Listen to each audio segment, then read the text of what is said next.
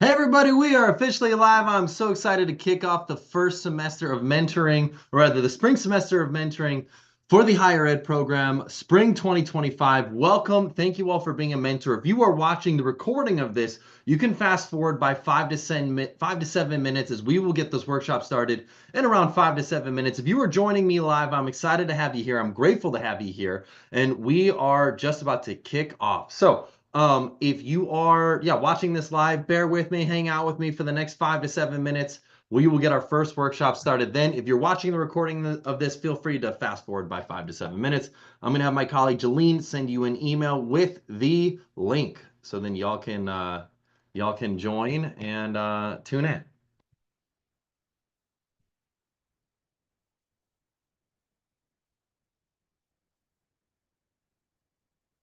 Okay, so I'm having Jolene send this out right now. So then everyone has the link.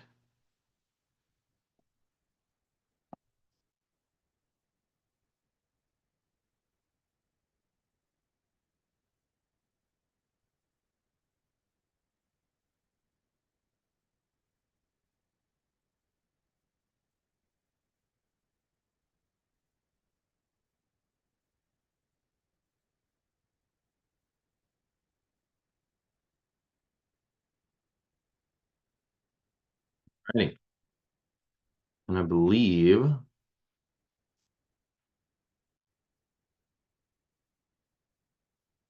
Jolene has sent it out.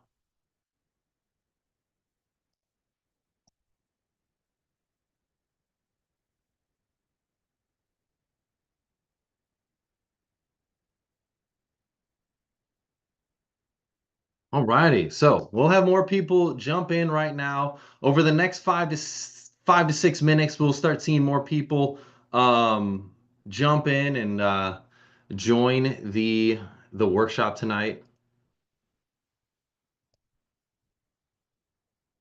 If you are tuning in now, welcome. Introduce yourself in the chat. I'd love to know where are you tuning in from.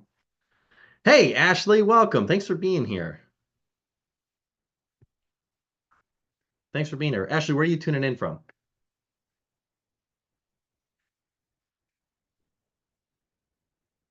I feel like the term tuning in sounds like very old fashioned. Sounds like radio. I don't know. Yeah. Hey, Ashley, you are in the right place. Welcome. Yeah. No, you're in the totally right place. We are about to start the first mentor workshop. I'm Garrett. I'm the founder of Ambition in Motion. So we do this workshop live, so then we can more or less answer mentors' questions as they have questions. Hey, Courtney, welcome.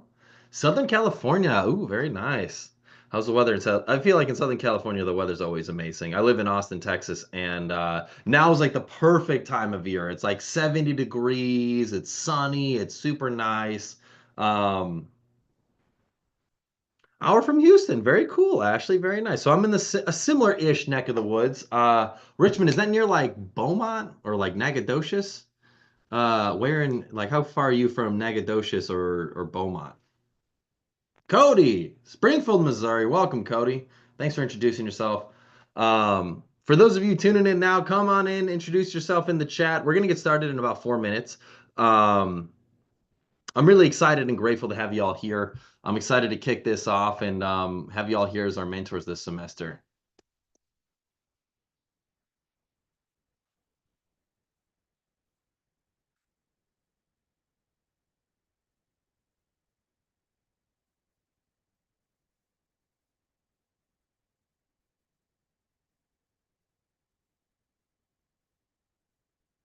Hey, Alicia, Lincoln, Nebraska. Very cool. Hey, Bob, Reno, Nevada. Perfect. You've been getting my emails, or you're getting Jalene's emails. Either me or Jalene's emails. Either way, I'm glad that you're getting the emails. That's what's most important.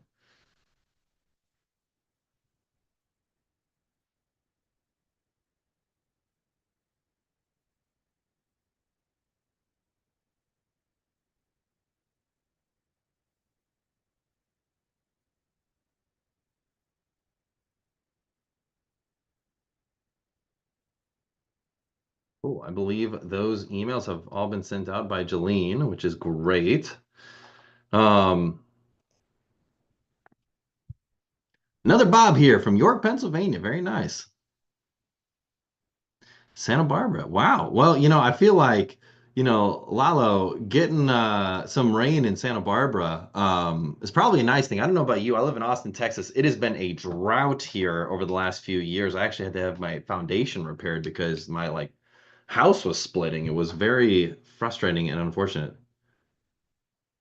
Oh, Cody, you're not a mentor, just a mentee. I mean, if you want to hang out, Cody, you can. I mean, you're more than welcome to. But if you're a mentee, this is not necessarily a requirement for you. So, hey, Heather, welcome.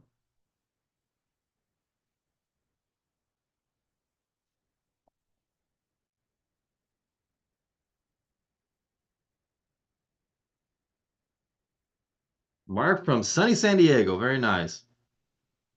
Joe from Seattle, very nice. Thanks for being here. Hey, Jasmine, Little Rock, Arkansas. Hey, I love Lake Travis too. I don't know how much longer we'll have Lake Travis for, but you got to enjoy it while you have it. Lake Travis is historically low. Like there's a place in Lake Travis called Sometimes Island that's right now all the time peninsula, which is just kind of a running joke for how low the water is in Lake Travis, which is pretty crazy. It's like we've had a giant umbrella on top of Austin for the last probably 4 or 5 years. It's been pretty insane. Hey, Mitch, Cedar Falls, Iowa. Very nice. Felicia, Baton Rouge. Very nice. Thanks for being here. All right, y'all. We're gonna get started in about like 30 to 60 seconds, and we're gonna kick off the first mentor workshop of the semester.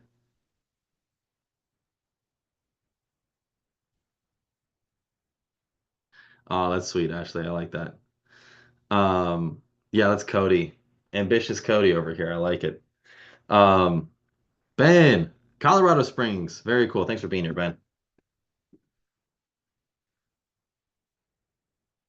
All right, it is officially 6 o'clock here in Austin, Texas, 7 o'clock on the East Coast, 4 o'clock on the West Coast. I am excited to kick off the first mentor workshop of the semester. Thank you all for being here. Thank you all for tuning in. What we're going to cover here is one, why we paired you with your mentee. Two, we're going to cover just all the logistics of the mentor program this semester. And three, what we're going to do is just cover the next steps and answer any questions you may have about the program. So first off, I want to cover our vision. So my name is Garrett. I'm the founder of Ambition in Motion. Our vision is a world where the vast majority of people are excited to go to work. When they are there, their expectations meet reality. And when they come home, they feel fulfilled. And we believe that starts with leaders because leaders create the experiences employees have while at work. And so we create technologies and communities to empower leaders to be their best selves for their teams. And we believe that part of leadership is mentoring. We believe that when you're mentoring somebody else and when you're guiding somebody else to achieve their own career aspirations, that can be huge. But I want to be very clear about what mentoring is and what mentoring isn't. Mentoring is not sharing and rambling stories about, the way you would have done something. Mentoring is about asking questions. It's about practicing curiosity. It's about really getting to know the mentee that you're working with to help them identify a clear path that they can work towards for their future. I think sometimes we get that confused. I think sometimes we think like, oh my gosh, if I'm not a mentor that's like perfectly aligned for whatever career path this student wants to go into, how could I possibly be a great mentor for the student? And the answer is you can be a great mentor for the student because you're asking great questions to help them clarify what they want to do in their path. And if you're thinking to yourself, well, how can I learn great questions to ask in a mentor relationship? That's what we're here for. That's what these workshops are all about. We've got 4 of them throughout this semester. We've got a guidebook that lays out the agenda and schedule for the semester in terms of when these mentor workshops are. Our next mentor workshop will be next week at this time. And then we've got another one in April and then another one in late April. Early April, late April, those are the 4 workshops. I'll give the specific details in the guidebook. But either way, when we talk about mentorship, we're not talking about saying, hey, this is how I did it, so this is how you should emulate it. Mentorship is about the questions we ask somebody to help them unlock their potential, think about their best path forward, moving towards their career path, and ultimately identifying these outcomes. So you might be looking at me and you might be thinking to yourself, okay, well, who is this guy? Why does he care so much about mentorship? Why does he know about mentorship at all? I'll give you a little bit of context on me so then you have a little bit of background. So I am passionate about mentorship because I needed mentors in my life. What do I mean by that? I mean, from age 15 to age 19, I was a drug dealer. And at the end of my freshman year at Indiana University, I got arrested. I received 5 felony distribution charges. I was expelled from school and facing prison time. I had no idea where I was going to go. I had no idea what I was going to do. I had hit a brick wall. And fortunately, I had some people in my life who saw something in me that I didn't quite see in myself, and they gave me some opportunities. In fact, one of the early opportunities I got was after I got in trouble, I found a program called At the Crossroads, was able to get in. At the Crossroads is a program. It's based in St. George, Utah. It's for young men and women who are essentially at the crossroads in their life. It's not necessarily a rehab program per se, but more or less a program to help people get their life on track. And um, I was lucky enough to get into this program. And about a month and a half after moving to St. George, Utah, I flew back home to Chicago. That's where my family lives. And on that flight, I'm sitting next to a guy. I was also in the middle of reading the book How to Win Friends and Influence People by Dale Carnegie, which, by the way, if you haven't read that book, I highly recommend it. It was written 100 years ago, but it's as relevant today as it was 100 years ago. So I'm reading this book. The guy sitting next to me on the plane says, "What is a 19-year-old doing reading a 100-year-old book?" And we strike up a conversation. By the time the plane lands, he says, "Oh, by the way, I'm the director of ground equipment for SkyWest Airlines. What would you think about doing an internship with us when you get back from your trip to Chicago?" I was like, yeah, absolutely amazing. And so that was a huge opportunity for me. I remember my first day on the job at this internship. HR does like the fingerprint background check. They, test my fingers. They run it through the system. They go up to this guy, Troy. That's the guy who offered me the job. They're like, "Troy, this guy might go to prison in the next 6 months. What are you thinking?" And he stuck his neck out for me and he gave me an opportunity. And I'm incredibly grateful for the fact that he gave me that opportunity because it really opened up a lot of doors for me. So the guy that runs this at the Crossroads program, his name is Brian. He saw me get this internship, and I think he saw me as a star pupil because he started connecting me with other business leaders in the St. George, Utah community, and I started really expanding my network. He really wanted to showcase the things I was doing and the aspirations I had professionally, and I think he saw a lot of himself maybe in me, and he gave me some really great opportunities. But unfortunately, the other young men in this program weren't so lucky. A lot of them were relapsing, maybe making poor choices, maybe were stealing, and I wanted to help them out because ultimately I was getting lucky that I had these opportunities, but I recognized that these guys weren't as lucky. And so what I started doing was I started essentially taking these guys to Goodwill, getting them suits, teaching them how to network in a genuine way. I would teach them how to ask the right questions when meeting with mentors, and then I would introduce them to these business owners, these business executives in the St. George, Utah community, and I started helping them connect with mentors, and I fell in love with it. I fell in love with this concept of pairing people with mentors to help them further their own career advancement and professional opportunities. Fast forward, well, I started doing this essentially under the umbrella of a nonprofit called Building Utah Youth. The court system ended up seeing that they ended up dropping my 5 felony distribution charges to a misdemeanor conviction. I ended up getting re-enrolled at Indiana University. I got accepted to the Kelley School of Business, and I got incredibly lucky. I have a lot of privilege, and I got really lucky, and yeah, I took advantage of the privilege I have, and long story short, I get back to Indiana University and I started Ambition in Motion, um, following a similar ethos of what I was doing in Utah. Essentially, I wanted to connect college students with mentors to help them figure out their career paths. The initial idea was, how do I help students reduce additional semesters of college? I'd have friends that would come to me and say, "Hey, I'm going for a victory lap. I'm changing my major from psychology to philosophy. I just think the classes are better." And I'm like, hey, don't get me wrong. The psychology classes and the philosophy classes are definitely very different. But from an actual professional standpoint, materially, I don't know if the job outcomes are all that different transitioning from psychology to philosophy. Not to say you shouldn't do it, but is the juice worth the squeeze when we're talking about maybe $50,000 in investment for an additional year of college? And so I started helping college students more or less connect with local business leaders to help them figure out what career path they actually wanted to pursue. Like maybe you think to yourself, "Oh, I think I want to be an accountant, or I think I want to be in marketing, or I think I want to be in finance, or I think I want to be an engineer, or I think I want to be a teacher," or whatever it is you think you might do. But it would be certainly great if you could connect with someone actually doing this so you can get a real viewpoint as to what that career path is like, and to have someone that could maybe ask you questions that clarify what are the goals you have for your career outcomes and path.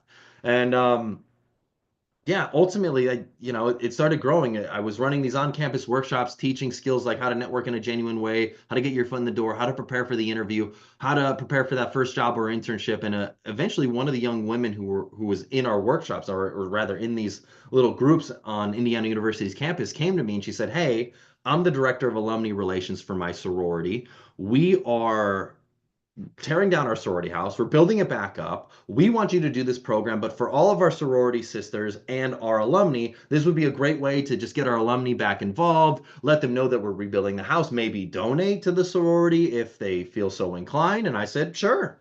And so we started working with a sorority. Their national headquarters heard about what we were doing and said, "We want you to do this for all of our campuses nationwide."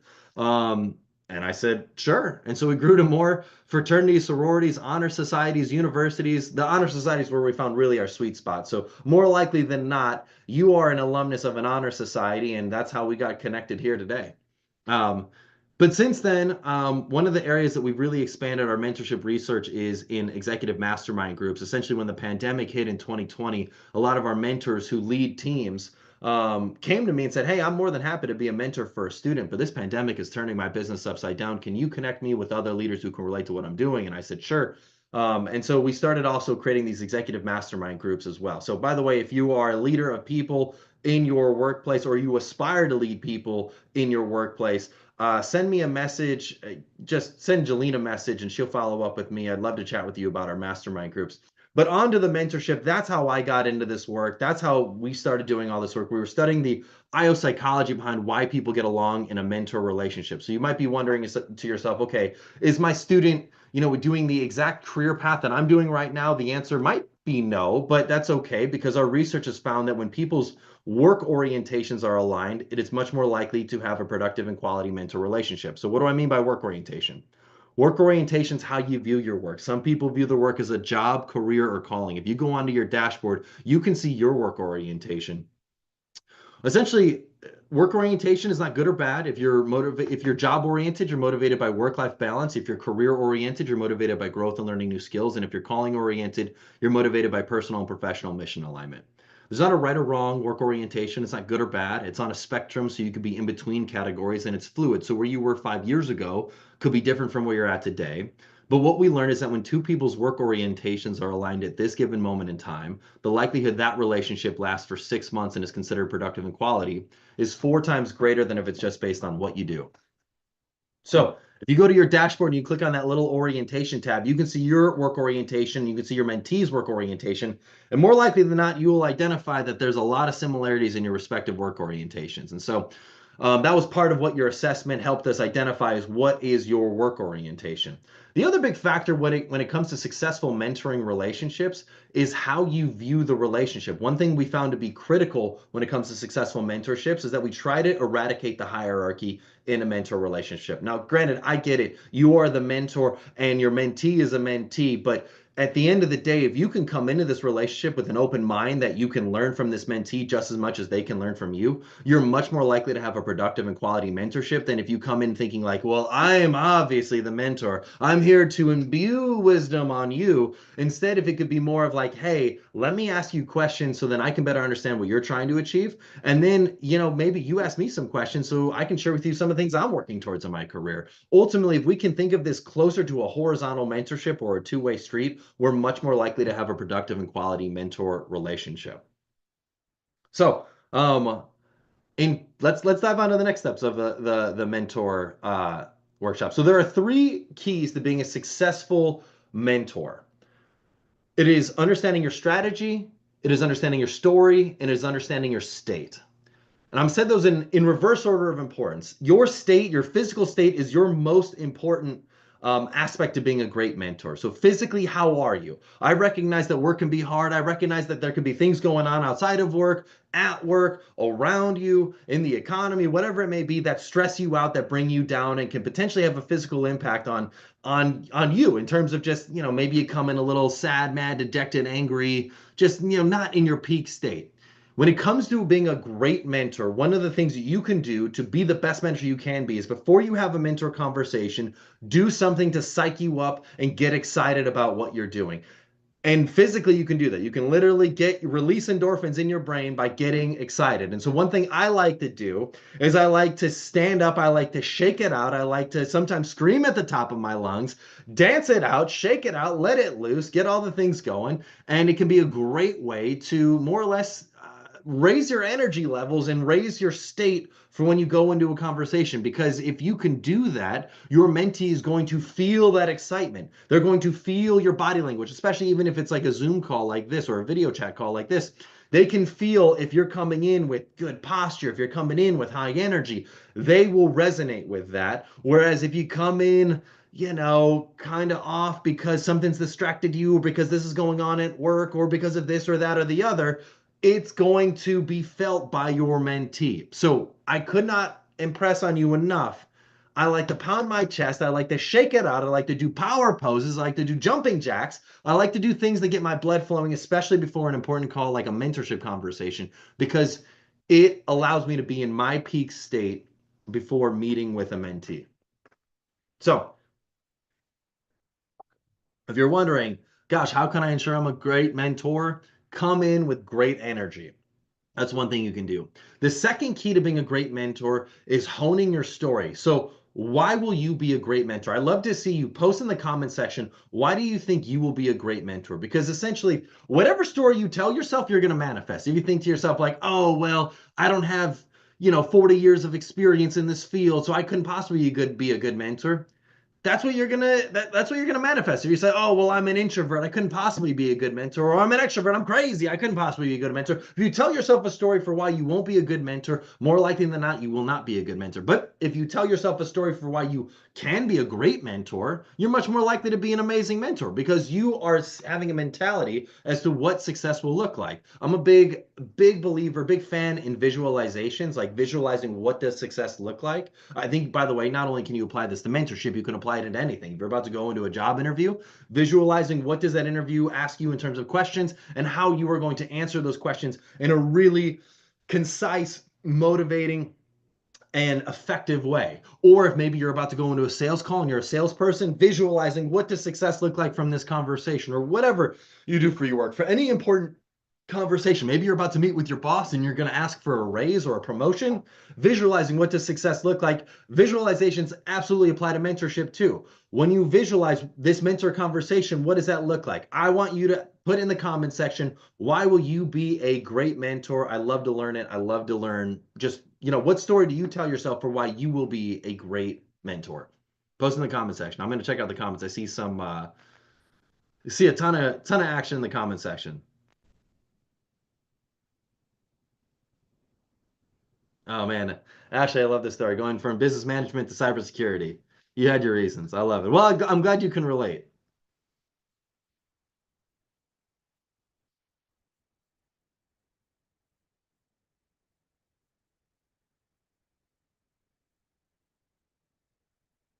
Hey, Khadijah, welcome.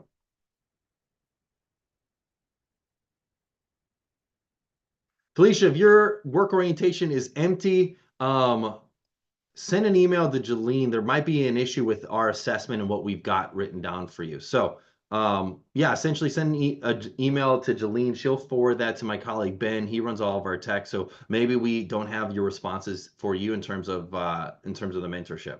I see a couple people said I don't have a mentee yet. So if you don't have a mentee yet, just real quick update on that. All the mentor pairings have been made so far. So what does that mean for you? You might be thinking to yourself like, oh, well, can I just like skedaddle out of this? I would say no, because typically there's a 2 week period, this like honeymoon period where our mentees and mentors are feeling each other out. What does that mean? It just means that more or less, there are sometimes the scenarios where a mentor signs up, says, I want to be a mentor, and then something happens. Maybe they get work that gets busy. Maybe something personally happens.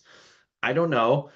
But when that happens, I love the opportunity to follow up with you to say, hey, we would love to pair you with this new mentee. So we've made all the initial matches so far, but we would love the opportunity, if you have not been paired with a mentee yet, to be able to pair you with a mentee if, God forbid, a mentor has to step out for some reason. Sometimes it happens. It's not ideal, but we recognize that life happens and we have to be ready. Cynthia, I love that. Thanks for sharing that. April, I appreciate that. I love it. I love these answers. This is great. Be a great man. These are fantastic. Thank you for the answers, Katina. This is great. I love it. Ashley, listen first and go through discovery with your mentee. Katina, that's awesome. Michelle, Clad, I love it. I appreciate your ability to relate, Michelle. That's great. Allison, I love that. You're in a career that you love. This is great. Donald, extensive and broad experiences. That's great. David, um, I love it. That's so great to hear that everyone's doing so well. I love this mentality about yeah, why you will be a successful mentor. Can we reach out to your mentees already? Yes. If you've been introduced to your mentee, please follow up. My colleague Jeline has already made those introductions earlier today. So please follow up with them to schedule your first conversation. So great question, Erica. The last key to being a successful mentor is honing your strategy. So when I say honing your strategy, I mean, what can you do to help your mentee achieve their goals? I think this is the thing that we often think most about when it comes to being a successful mentor, the thing of like, oh, who can I refer you to? Or how can I help you beef up your resume? Or what questions can you ask in an interview to set yourself apart? By the way, these are all fantastic strategies and things that are very, very helpful. But sometimes we put it on a pedestal like, oh, if I don't have 30 years experience, then I couldn't possibly be a good mentor. If that story you tell yourself is a story you tell yourself, you're not going to be able to help them. That's why your state and your story are way more important than the strategy itself. The strategy is, that's the part that's like, one, that's creative, and two, something that we can really help with from a workshop perspective. And so in these workshops throughout the semester, I'm going to give you suggested questions you can ask your mentee on how to identify their vision, how to find fulfillment, how to achieve balance with their career, so many different things. So then you can come in prepared for these conversations with questions that you can ask to really unlock your students' potential and where they're trying to go professionally. So in terms of the three keys to being a successful mentor, state, story, and strategy. Strategies are the questions you ask, the things you do, the intros you make, the resumes you review, the mock interviews you hold with your mentee. That's a strategy. Your story is a story you tell yourself for why you will be a successful mentor. And your state is physically, how are you coming into this conversation? Are you coming in with a lot of energy, or are you coming in a little dejected? If we're feeling dejected, and we know that if we can pattern shift ourselves and state correct ourselves to getting into a good flow, whether that be through dancing or shaking it out or screaming at the top of our lungs or pounding our chest like we're King Kong or whatever we do to get in an excited mode, that is something I highly recommend doing before any mentor conversation. So next part of this workshop, I want to cover why being a mentor is important. So colleges, I'm just going to go through a couple stats here. And I know you might think like, oh, well, this is just 30-minute conversations with a student over the course of a semester. How important or how critical could this be? I'll tell you. College students who have mentors are nearly 3 times as likely to thrive in their livelihoods than students who don't have mentors. College students who have mentors through their organization show greater levels of positive emotional feelings towards that organization as an alumnus, meaning more or less they're much more likely to be a mentor if they got a mentor through their higher ed organization or university. College students who have mentors are 32% more likely to be engaged in their work compared to students that don't have mentors. This is according to the Gallup Purdue Great Jobs, Great Lives report. And outside of the impact to students, being a mentor is an extremely rewarding way to spend your time in the sense that it can teach you new things. It can provide you with somebody in which you can bounce things off of and ultimately allow you to find fulfillment in helping somebody else achieve their career aspirations. So being a mentor is really, really critical. So you might be wondering, okay, how are we preparing students to meet with you? So just like you've got mentor workshops, we've got student workshops. Now the student mentee workshops are a little bit different. So the student mentee workshops are on 4 different topics. We also have an alumni mentee track as well. So this is for alumni that maybe got into a career path and thought to themselves like, uh-oh, this isn't what I thought it was. So I'll go over both of those workshop tracks just so then you can understand what we're helping them with. We bring in guest speakers too for those workshops. They're also on our YouTube channel. So if you're in this program, you're like, man, I'd love to watch some of those workshops. You are more than welcome to. They're available on our YouTube channel. They go live throughout the semester. But for the student mentee track, the workshops are on how to get your foot in the door for professional opportunities, how to network in a genuine way, how to prepare for the interview, and then how to prepare for that first job or internship. For the alumni mentee track, the workshops are on how to transition into management, how to determine when is the right time to pursue additional education, how to determine when is the right time to switch jobs, and then how to manage conflict in the workplace. So if you're interested in attending any of those workshops, they are all available on our YouTube channel. We've got very cool guest speakers who speak about those topics and their expertise and experience in working through those things. Um, the goal of teaching these skills to these mentees is that we equip them to make progress professionally. So then they have options and pathways to their desired careers outside of just solely relying on you. It's a lot easier to mentor somebody when you are guiding them as opposed to them putting all their eggs in you to help them with their internship search or their job search or that sort of stuff. So by having multiple points of reference, by having multiple guide points, your mentee is equipped to be able to handle whatever is thrown at them in terms of their career pursuits. So, what to expect from the mentor relationship? We have today recently facilitated the mentor introductions to you and your mentee. You should hopefully be able to schedule your first conversation with your mentee within the next 2 weeks. So please follow up to that email to schedule your first conversation. If you don't hear back from your mentee, please email Jolene and let us know. We can call your mentee, we can email your mentee. We have had scenarios before in the past where a mentee said, "Oh, I really want to make my resume perfect before meeting with my mentor because I want everything to be perfect." And it's like, hey, just launch it, baby. Just launch it. Because at the end of the day, your mentor, you as the mentor, aren't expecting perfection. You're just there to help them and guide them. But sometimes students get in their head and put things on a pedestal and they want to make everything perfect. And it's like, perfect is the enemy of progress. Let's make some progress here. Um, you can expect your student to have varying degrees of progress towards their career goals. Some of them are freshmen, they're bright-eyed and bushy-tailed, and they have no idea what they want to do professionally. Some of them are seniors, maybe they've already accepted a job offer, maybe they've already accepted an internship. They're still in a vulnerable state of like, I don't know what I want to do. Because even as a college student, you have this vision, this ideal of what you think you want to do professionally, but then you get into that job and things change, life changes, and your interests change, and that's okay. And as a mentor, it can be a great, just kind of like helpful guidepost to help them as they work through that. I mentioned this before, but the best mentors ask the best questions and take the time to listen. They aren't expecting you to have all the answers for them. They're not expecting you to come in and to immediately offer them a job. They're not expecting you to make an intro to somebody who can get them a job. They're not expecting you to pave the path for them. What they're looking for is someone who can ask great questions and someone who can listen to them. So we'll be running these workshops over the course of the course of the semester, so essentially through May. And on the workshop guidebook, we list all the dates of these workshops. And if you can't attend the live sessions, they're all recorded. So this is a live stream that essentially is also a recording. So if you're ever like, oh my gosh, I've got a conflict for an upcoming mentor workshop, it's okay. You can just watch the recording of this workshop. By the way, also one other thing I want to mention is if we're not already connected on LinkedIn, send me a connection request. I love connecting with people on LinkedIn. I post a lot of leadership content. So anyways, I love connecting with people. Feel free to connect with me. I will definitely accept it. Just mention that you're part of the higher ed mentor program. And I'll absolutely accept. So let's dive into the comment section, see if y'all have any questions that I have not covered yet so far. Brianna, great answer. The gift of giving comes when you can impact someone positively. I love that. Very cool.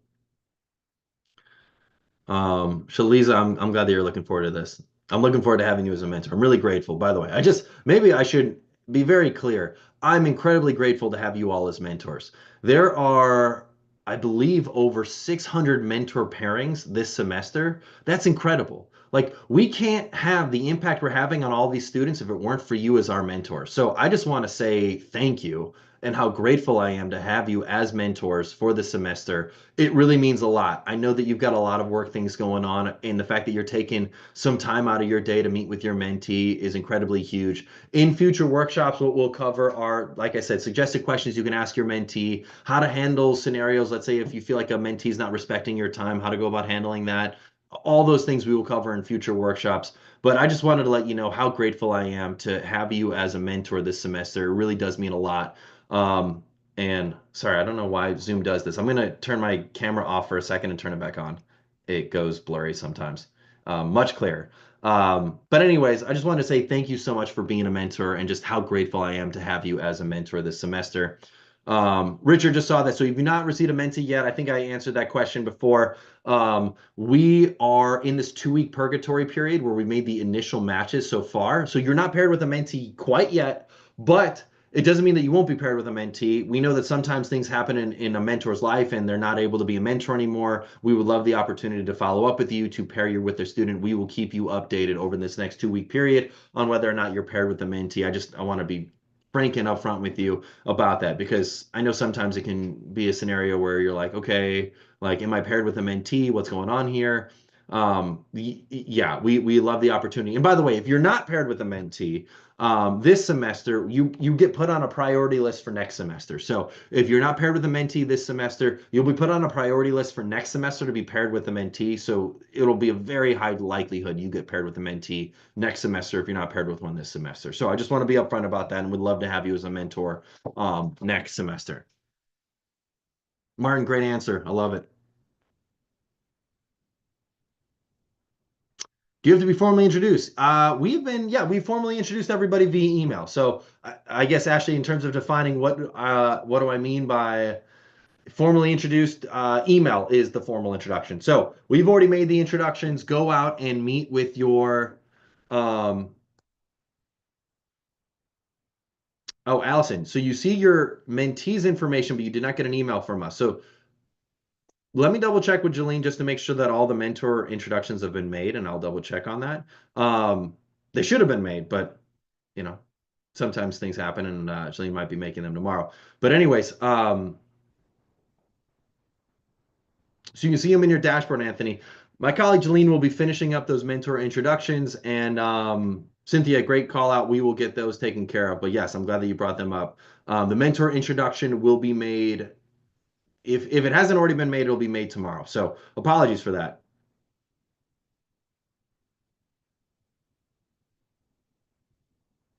And Penzita, I haven't been assigned a mentee, and from the dashboard, it looks like I've been registered as a mentee, not a mentor, as indicating that a mentor has not been assigned. Actually, that is not necessarily the case.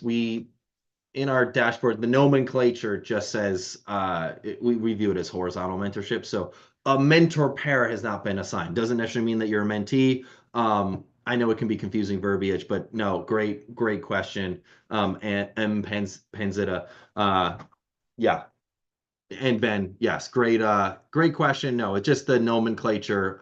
You are all mentors if you're in this workshop tonight because you're on our mentor list. But sometimes on our dashboard it says like a mentor has not been paired yet. It's not to say that you're the mentee. It's just your mentor pairing hasn't been paired yet. But I can understand how that's confusing.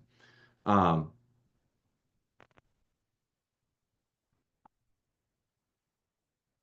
we've not been assigned as we are on a waiting list to receive one. Yes, that's a great way of looking at it, David. Yes, you are on a waiting list to receive a mentee. Divya, is that normal?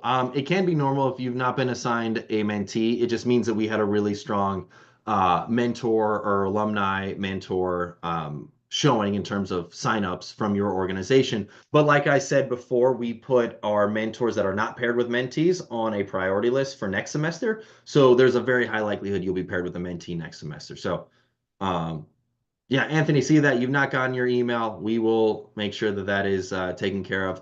Um, Did you have more to say about the strategy and story parts? David, great question. In terms of strategy and story parts, the story part, I would say no, I guess no, I don't have anything, David Deal, to add to the strategy and story parts. I guess I will add more to the strategy parts as we work through the workshops this semester. So suggested questions you can ask your mentee, how to handle certain challenges that sometimes come up in a mentor relationship. I will cover all of that in future workshops or next ones, which is going to be in next week, the exact same time. Um, yeah, Anthony, no, yeah, you've not missed anything. Um, okay, you got your email about 10 minutes ago. So yeah, my colleague Jolene, uh, oh, Khadija, that's great to see. I appreciate it. That's fantastic. Yeah, Khadija, I know you've been a mentor before, and this is great. Was a little confused on the suggested meeting agenda verbiage too. The focus for meeting one is to ask them questions, correct? There's another workshop before we meet them.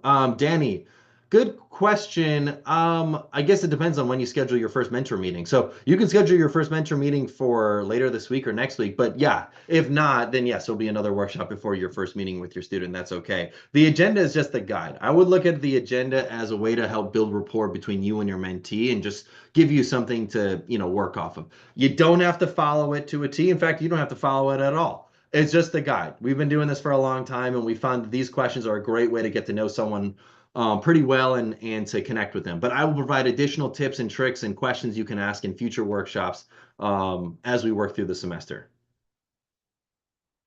Can we use our own Zoom links for our meeting with them? Yeah, absolutely. You should use your own. Oh, great question, Cynthia. So yeah, for your meetings with your mentees, please use your own video chat link, whether you use Google Meet or Zoom or Teams or whatever. I mean, if phone call is the only way you can do it, that's fine. But Google Meet is free, and yeah, whatever video chat is much better than phone call, just because you can see people, you can build that rapport with people. So Cynthia Castillo, great question. If you can do video chat, I highly recommend it. It's a great way to build rapport and bonds and connection with people if you get access to it. I know Zoom, I think it's free for up to 40 minutes. Teams, I don't know how that works. I know Google Meet is totally for free. So, anyways, Erica, last season you were mentee, and this time I'm your mentor. I'm looking forward to helping someone. I love that, Erica. That's so sweet. That's amazing. I mean, that's like the full cycle of mentorship. It's so great to see, someone being a getting a mentor and then being a mentor. Very, very cool. Shaliza, how would you know if you are not? I think I didn't get to check mine in details. I've been busy last week and finally caught up on all of my work. How'd you know if you were not, not paired with a mentor or a mentee? If you go into your dashboard, if you click on your mentorship information, you can see your mentorship, your mentee's information. Sorry, verbiage. And so if you don't see anything in there, that means you've not been paired, at least so far yet. But we've got this 2 week kind of purgatory waitlist period where we know sometimes things happen and can come up and can cause people um you know to yeah sometimes people essentially get caught up on work life, personal things, and therefore we need a new mentor, and we'll follow up with you to essentially ask you to be a mentor for a student. Ashley, yeah, Zoom is free for up to 45 minutes, which is great because you only meet for 30 minutes. Exactly. No, that's perfect, Ashley. Great call out. But yeah, long story short, video chat is a much superior way to meet with a mentee than phone call, just because you get to see them. So, anyways, any other questions? Oh, Shaliza, sorry. Thank you for correcting me. So Shaliza, not Shaliza. Thank you for correcting me. I appreciate it. Thank you. Uh, Any other questions? This is, by the way, I love doing these live because it allows me to answer questions in real time because I know that you've got questions and yeah, as opposed to sending it via email and then waiting for, Jolene to respond to you, however, whenever she follows up, you can now ask me directly.